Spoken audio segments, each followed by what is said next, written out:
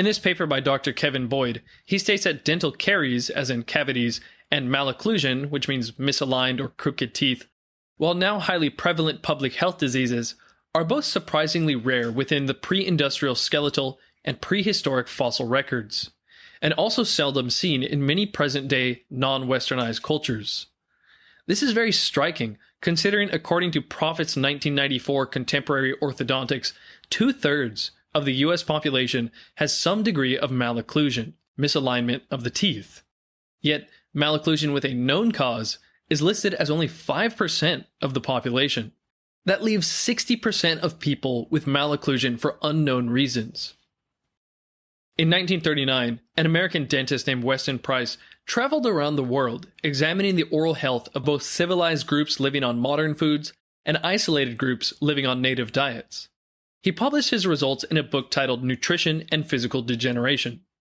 What's most interesting is the pictures in the book. Here we have girls from isolated valleys of Switzerland and children from modernized districts of Switzerland. Here we have native Alaskan Inuit people, also called Eskimos. And on the right we have the first generation of children born after the parents adopted a modern lifestyle. Notice how there is some wear on the teeth, especially on this person, but the teeth are straight. Here we have isolated Native Americans and the first generation Native Americans with a modern lifestyle. Here we have people from islands in the southeastern Pacific before and after adopting a modern lifestyle. Then we have Samoans, a tribe in Belgian Congo, Australian Aborigines, and Andean Indians. Here we have two brothers from the Isle of Harris. The one on the left uses modern food, the one on the right native foods. There are several more examples in the book of people living on their native diets with excellent teeth, and then people with similar genes living on modern diets with unhealthy and crooked teeth. Paleoanthropologist Daniel Lieberman reports in his book Evolution of the Human Head that jaws and faces do not grow to the same size that they used to. And if we go back to these pictures, we notice that these people have relatively broad faces with broad dental arches. If you compare a prehistoric skull to a modern day skull, you'll find that we used to have far broader dental arches. Weston Price's book highlights the importance of fat-soluble vitamins in the diet for proper growth and development, but for this video we'll look at how a different characteristic of the diet can affect growth of the skull.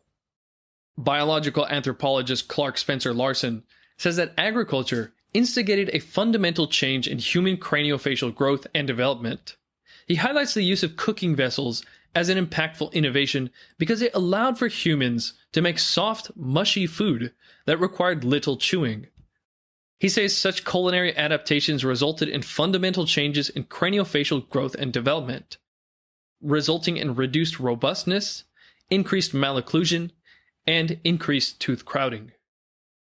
So, where people in the past were gnawing on very tough, fibrous, low-calorie plant foods, as well as raw and cooked meat, maybe having to chomp through skin, cartilage, and sinew, now they could make porridges and maybe some stews that provided much more calories for less chewing effort. One piece of evidence for the significance of having to chew much more and harder to get the same amount of calories is the fact that skulls found with good occlusion, with straight teeth, are found with extensive wear on the teeth. As Rose and Robley explain in this paper, thorough analysis of dental data from the Armana project has shown that Egyptian and most ancient teeth have extensive tooth wear on even the youngest of individuals. Malocclusion is rare in Amarna, but very common in America. Tooth wear is extensive in Amarna, yet rare in America. And dental microwear analysis shows that hunter-gatherers ate a diet that wore down their teeth much more than farmers. This would mean stronger masseter and temporalis muscles, the muscles in the face involved in chewing. Spending most of your day chewing on things hard enough to wear the teeth down to that extent could exert enough direct and indirect force on the skull to morph the facial skeleton and dental arch. But there's an unexpected effect of having soft foods early in life. The idea is that when a baby is weaning off breast milk, if they move on to hard foods, they would have to develop a different swallowing pattern, If you have a straw or bottle nearby, you can test yourself to see what I mean. Your swallowing pattern when you suck down liquid is different when you chew up something hard and swallow it down. So if you wean the baby onto soft, mushy foods that can be suckled down, the baby doesn't develop a proper swallowing pattern.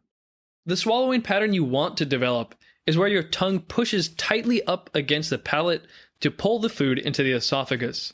What you don't want is to swallow with your tongue sucking on your teeth.